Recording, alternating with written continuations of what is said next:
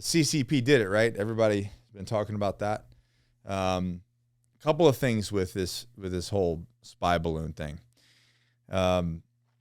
One, while everybody was talking about that, did anybody pay attention to what was going on in Congress and in the government? Probably not. They were moving some shaking and trying to get some things passed and doing some shady shit on the Hill, which they did, while we're all worried about the balloon. But let's talk about the balloon and how the inadequacies of our government and our national security just apparently is just gone out the fucking window. And everybody says, oh, they said it was a mistake. Come on. You think China just happened to make a mistake? It traversed from the northwest pretty much to the southeast, right over us, capturing every classified location, information, everything. Now, maybe it was just sucking data up.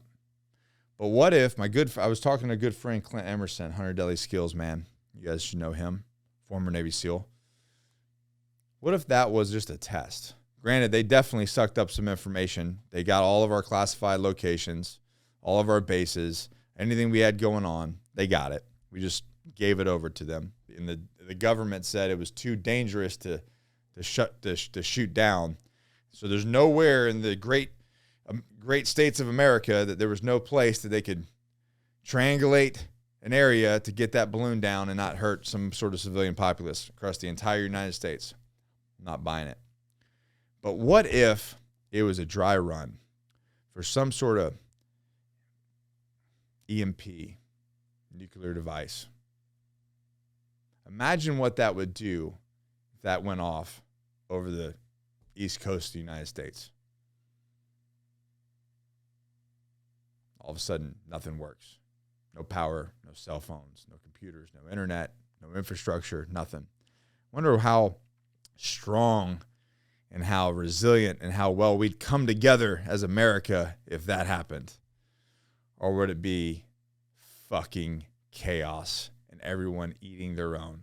We see what happened in the last 2 years when they put us in that experiment, right? So what would happen? They already know now that they can get away with it. And because we shot it down over the Atlantic, it was maybe an act of war, potentially. Right. But them not sending it here wasn't an act of war, according to us. So as you're thinking about, one, the distraction of it in general, also think about the ramifications of what it could lead to in the future.